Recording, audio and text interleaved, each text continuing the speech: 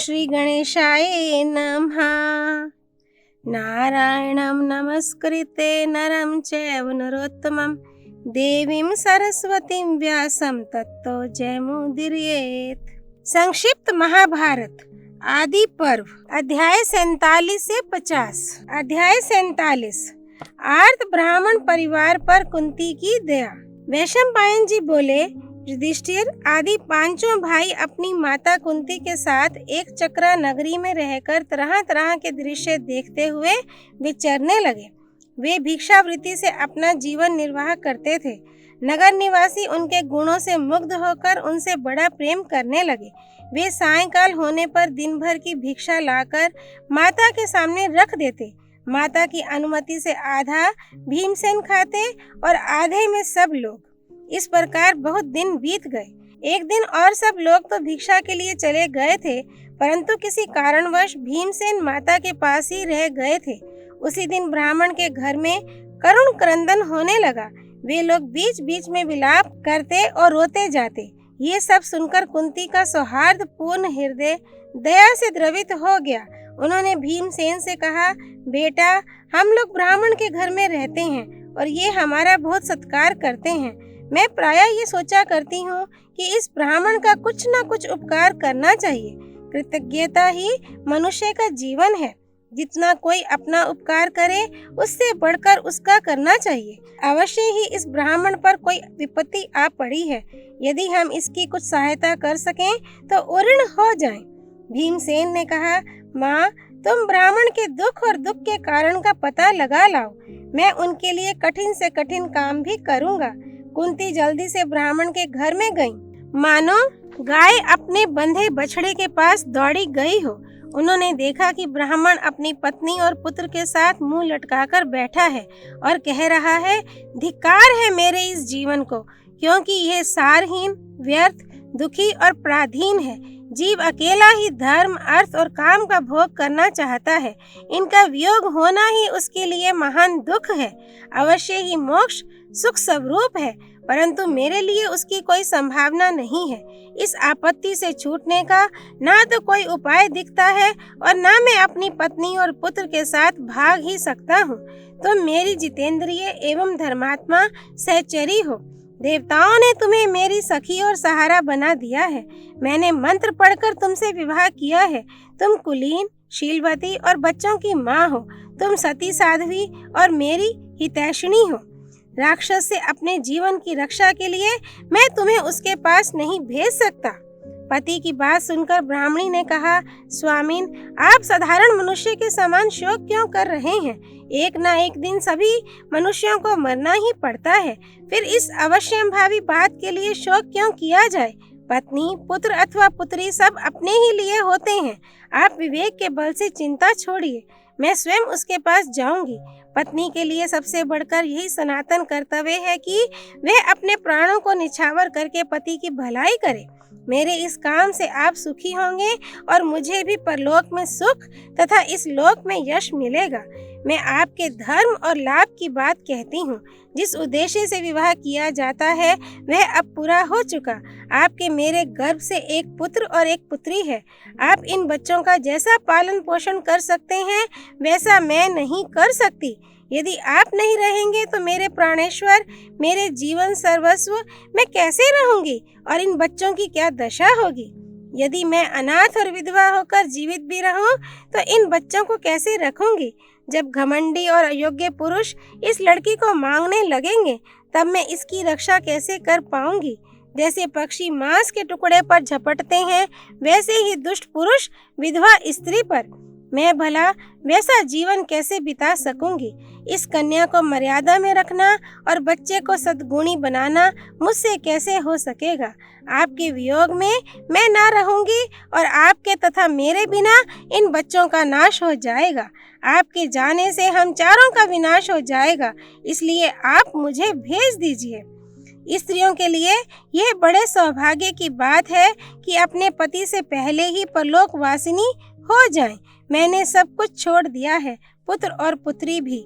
मेरा जीवन आपके लिए निछावर है। स्त्री के लिए यज्ञ, तपस्या, नियम और दान से भी बढ़कर है अपने पति का प्रिय और हित। मैं जो कुछ कह रही हूँ वह आपके और इस वंश के लिए भी हितकारी है। इस लोक में स्त्री, पुत्र, मित्र और धन आदि का संग्रह आपत्ति से रक्षा के लिए किया जाता है। आपत्ति के लिए धन की रक्षा करे, धन खोकर भी पत्नी की रक्षा करे तथा पत्नी और धन दोनों को खोकर भी आत्म कल्याण संपादन करे। यह भी संभव है कि स्त्री को अवध्य समझकर वह राक्षस मुझे ना मारे। पुरुष का वध निर्विवाद है और स्त्री का संदेहग्रस्त, इसलिए मुझे ही उसके पास भेजिए। अब मुझे करना ही क्या है? अच्छे पदार्थ भोग लिए, धर्म कर्म कर लिए, पुत्र भी हो चुके। मेरे मरने में भला दुख ही क्या है? मेरे मर जाने पर आप तो दूसरा विवाह भी कर सकते हैं, क्योंकि पुरुष के लिए अधिक विवाह अधर्म नहीं है और स्त्री के लिए तो महान अधर्म है। ये सब सोच विचार कर आप मेरी बात मानिए और इन बच्चों की रक्षा के लिए आप स्वयं रह जाइए और मुझे उस राक्षस के पास भेजिए। स्त्री के ऐसा कहने पर ब्राह्मण ने उसे अपनी छाती से लगा लिया। उसकी आंखों से आंसू गिरने लगे। माँ बाप की दुख भरी बात सुनकर कन्या बोली, आप दोनों दुखार्त होकर क्यों अनाथ के समान रो रहे हैं? देखिए, धर्म के अनुसार आप दोनों मुझे एक न एक दिन छोड़ देंगे, इसलिए आज ही मुझे छोड़कर अपनी रक्षा क्यों नहीं कर लेते? लोग संतान इसीलिए चाहते हैं कि वह हमें दुख से बचावे। इस अवसर पर आप लोग मेरा सदुपयोग क्यों नहीं कर लेते? आपके परलोकवासी हो जाने पर मेरा ये प्यारा प्यारा छोटा भाई नहीं बचेगा। माँ बाप और भाई की मृत्यु से आपकी वंश परंपरा का ही उच्छेद हो जाएगा। जब कोई नहीं रहेंगे तो मैं भी तो नहीं रह सकूंगी। आप लोगों के रहने से सबका कल्याण हो जाएगा। मैं ही राक्षस के पास जाकर इस वंश की रक्षा करूंगी। इससे मेरा लोक परलोक दोनों बनेंगे। कन्या की यह बात सुनकर माँ बाप दोनों रोने लगे। कन्या भी बिना रोए ना रह सकी। सबको रोते देखकर नन्हा सा ब्राह्मण शिशु मिठास भरी तोतली वाणी से कहने लगा, पिताजी, माताजी, बहन, मत रोओ। प्रत्येक के पास जा जाकर वह यही कहने लगा। उसने एक तिनका उठाकर हंसते हुए कहा, मैं इसी से राक्षस को मार डालूंगा। बच्चे की इस बात से उस दुख की घड़ी में भी तनिक प्रसन्नता प्रस्फुटित हो उठी। कुंती यह सब कुछ देख सुन रही थी। वे अपने को प्रकट करने का अवसर देखकर पास चली गईं और मुर्दों पर मानो अमृत की धारा उड़ेलते हुए बोली, ब्राह्मण देवता, आपके दुख का क्या कारण है? उसे जानकर यदि हो सकेगा तो मिटाने की चेष्टा करूंगी। ब्राह्मण ने कहा, तपस्विनी, आपकी बात सज्जनों के अनुरूप है, परंतु मेरा दुख मनुष्य नहीं मिटा सकता। इस नगर के पास ही एक बक नाम का राक्षस रहता है। उस बलवान राक्षस के लिए एक गाड़ी अन्न तथा 2 भैंसे प्रतिदिन दिए जाते हैं। जो मनुष्य लेकर जाता है उसे भी वह खा जाता है। प्रत्येक गृहस्थ को यह काम करना पड़ता है, परंतु इसकी बारी बहुत वर्षों के बाद आती है। जो उससे छूटने का यत्न करते हैं वह उनके सारे कुटुंब को खा जाता है। यहाँ का राजा यहाँ से थोड़ी दूर वेत्रकीय ग्रह नामक स्थान में रहता है। वह अन्यायी हो गया है और इस विपत्ति से प्रजा की रक्षा नहीं करता। आज हमारी बारी आ गई है। मुझे उसके भोजन के लिए अन्न और एक मनुष्य देना पड़ेगा। मेरे पास इतना धन नहीं कि किसी को खरीद कर दे दूं और अपने सगे संबंधियों को देने की शक्ति नहीं है। अब अपने छुटकारे का कोई उपाय न देखकर मैं अपने सारे कुटुंब के साथ जाना चाहता हूँ। वह दुष्ट सभी को खा डालेगा। कुंती ने कहा, ब्राह्मण देवता, आप ना डरें और ना शोक करें। उससे छुटकारे का उपाय मैं समझ गई। आपके तो एक ही पुत्र और एक ही कन्या है। आप दोनों में से किसी का जाना भी मुझे ठीक नहीं लगता। मेरे 5 लड़के हैं, उनमें से एक पापी राक्षस का भोजन लेकर चला जाएगा। ब्राह्मण ने कहा, हरे हरे, मैं अपने जीवन के लिए अतिथि की हत्या नहीं कर सकता। अवश्य ही आप बड़ी कुलीन और धर्मात्मा हैं, तभी तो ब्राह्मण के लिए अपने पुत्र का भी त्याग करना चाहती हैं। मुझे स्वयं अपने कल्याण की बात सोचनी चाहिए। आत्मवध और ब्राह्मण वध के विकल्प में मुझे तो आत्मवध ही श्रेयस्कर जान पड़ता है। ब्रह्म हत्या का कोई प्रायश्चित नहीं। अनजान में भी ब्रह्म हत्या करने की अपेक्षा अपने को नष्ट कर देना उत्तम है। मैं अपने आप तो मरना चाहता नहीं, दूसरा कोई मुझे मार डालता है तो इसका पाप मुझे नहीं लगेगा। चाहे कोई भी हो जो अपने घर आया, शरण में आया, जिसने रक्षा की याचना की, उसे मरवा डालना बड़ी नृशंसता है। आपत्ति काल में भी निंदित और क्रूर कर्म नहीं करना चाहिए। मैं स्वयं अपनी पत्नी के साथ मर जाऊं, ये श्रेष्ठ है, परंतु ब्राह्मण वध की बात तो मैं सोच भी नहीं सकता। कुंती ने कहा, ब्राह्मण, मेरा भी यह दृढ़ निश्चय है कि ब्राह्मण की रक्षा करनी चाहिए। मैं भी अपने पुत्र का अनिष्ट नहीं चाहती हूँ, परंतु बात यह है कि राक्षस मेरे बलवान, मंत्र सिद्ध और तेजस्वी पुत्र का अनिष्ट नहीं कर सकता। वह राक्षस को भोजन पहुंचाकर भी अपने को छुड़ा लेगा, ऐसा मेरा दृढ़ निश्चय है। अब तक न जाने कितने बलवान और विशालकाय राक्षस इसके हाथों मारे गए हैं।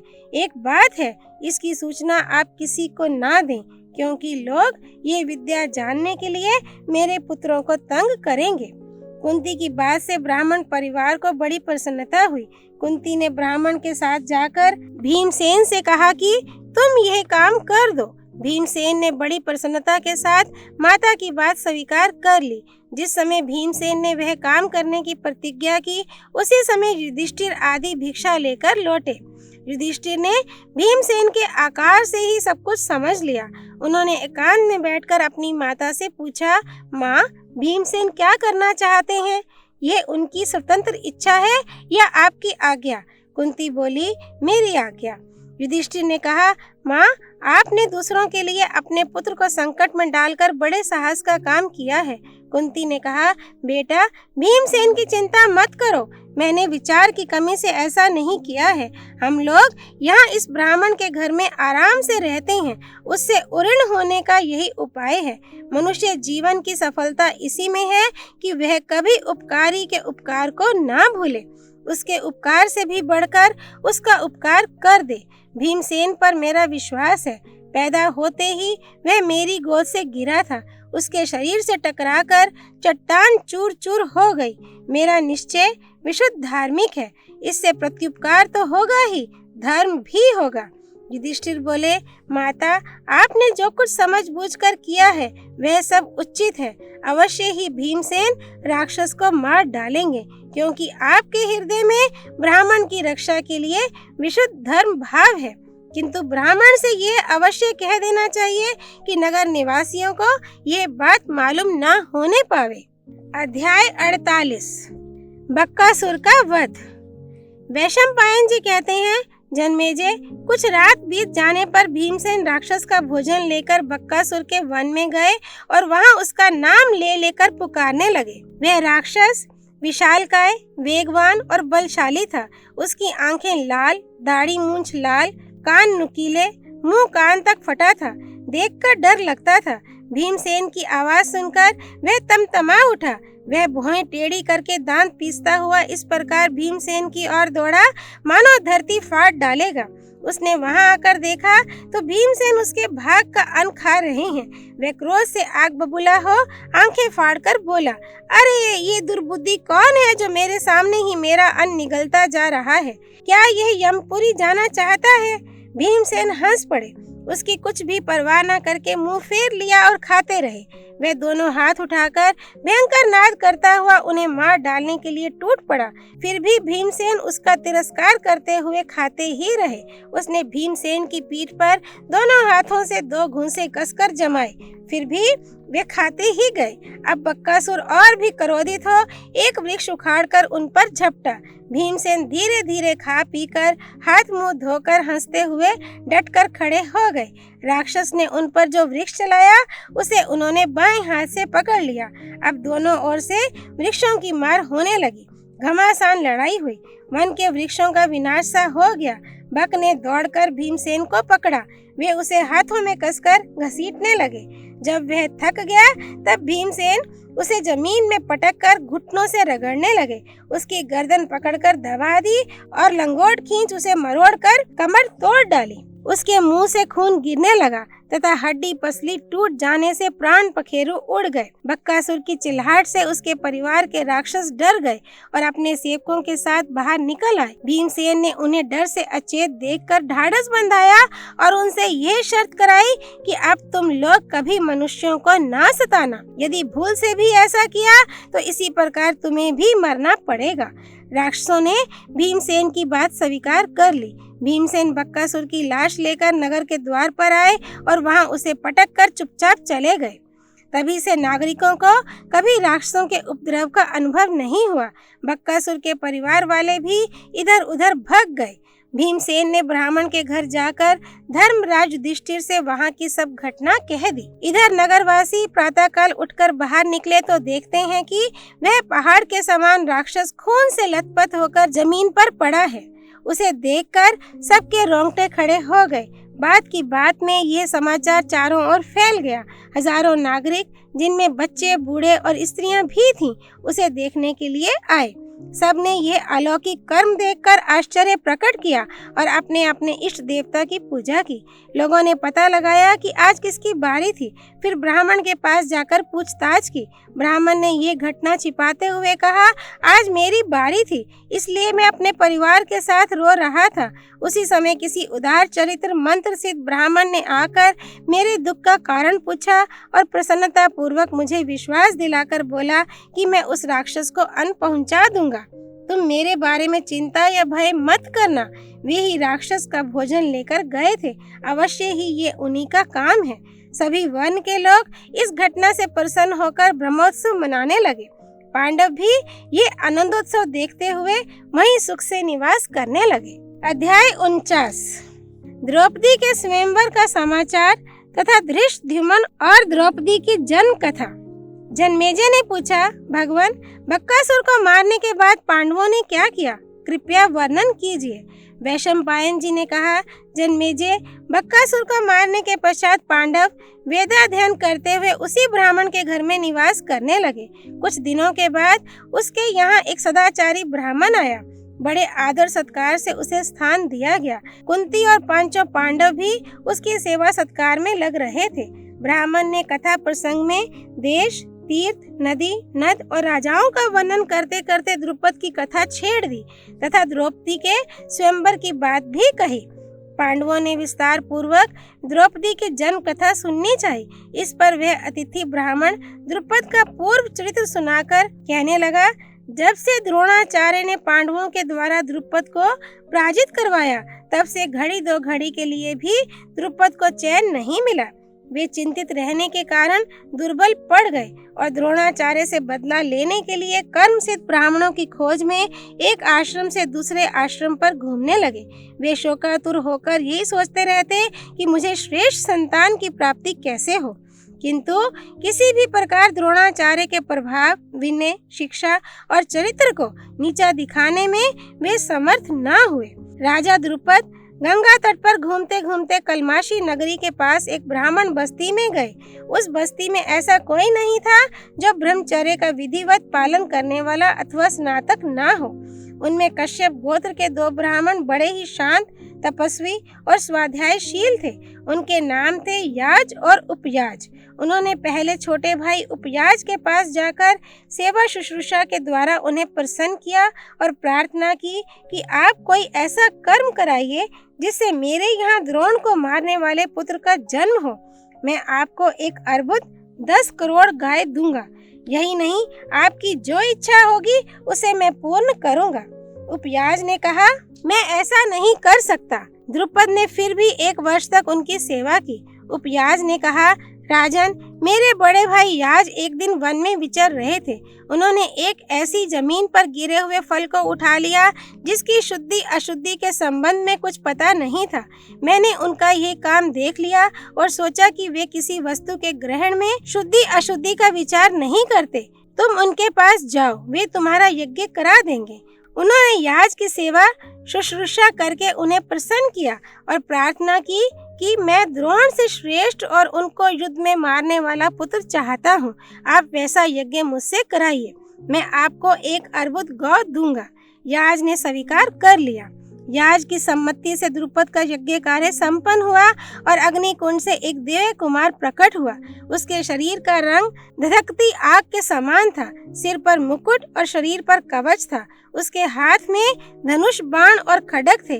वह बार बार गर्जना कर रहा था। अग्निकुंड से निकलते ही वह दिव्य कुमार रथ पर सवार होकर इधर उधर विचरने लगा।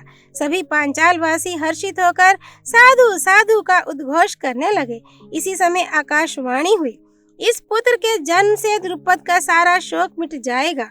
यह कुमार द्रोण को मारने के लिए ही पैदा हुआ है। उसी वेदी से कुमारी पांचाली का भी जन्म हुआ। वह सर्वांग सुंदरी, कमल के समान विशाल नेत्रों वाली और श्याम वर्ण की थी। उसके नीले नीले घुंघराले बाल, लाल लाल ऊंचे नख, उभरी छाती और टेढ़ी भौहें बड़ी मनोहर थीं। ऐसा जान पड़ता था मानो कोई देवांगना मनुष्य शरीर धारण करके प्रकट हुई है। उसके शरीर से तुरंत के खिले नील कमल के समान सुंदर गंध निकलकर कोस भर तक फैल रही थी। उस समय वैसी सुंदरी पृथ्वी भर में नहीं थी। उसके जन्म लेने पर भी आकाशवाणी ने कहा, ये रमणी रत्न कृष्णा है। देवताओं का प्रयोजन सिद्ध करने के लिए, क्षत्रियों के संहार के उद्देश्य से इसका जन्म हुआ है। इसके कारण कौरवों को बड़ा भय होगा। यह सुनकर सभी पांचालवासी सिंहों के समान हर्ष ध्वनि करने लगे।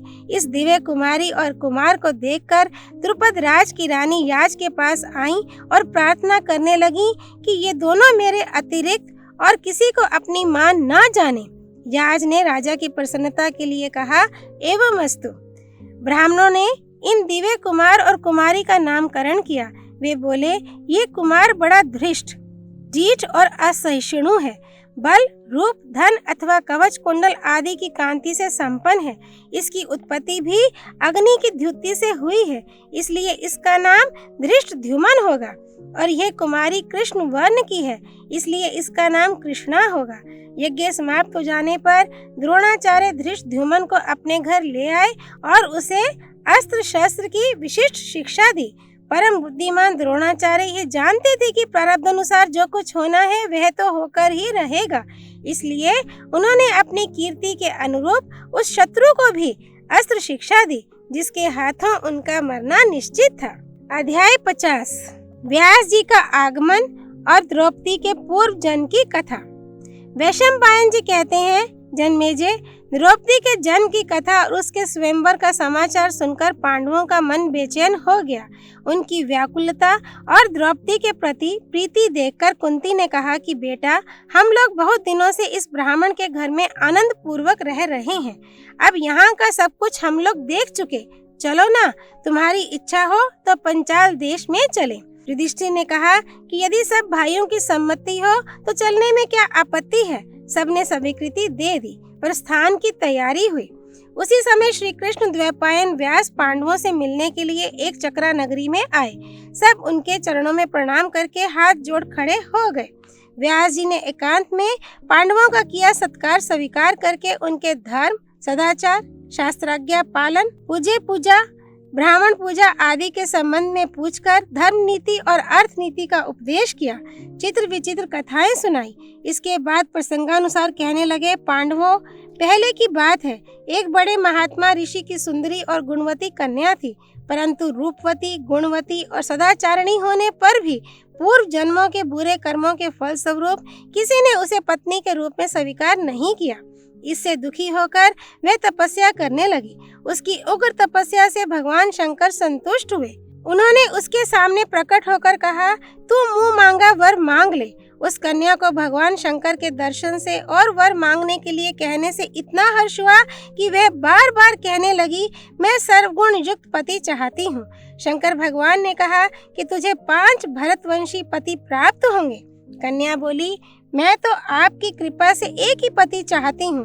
भगवान शंकर ने कहा, तूने पति प्राप्त करने के लिए मुझसे 5 बार प्रार्थना की है। मेरी बात अन्यथा नहीं हो सकती।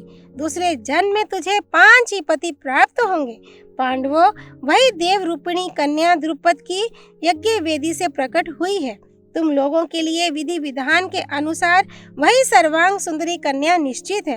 तुम जाकर पांचाल नगर में रहो, उसे पाकर तुम लोग सुखी होवोगे। इस प्रकार कहकर पांडवों की अनुमति से व्यास जी ने प्रस्थान किया।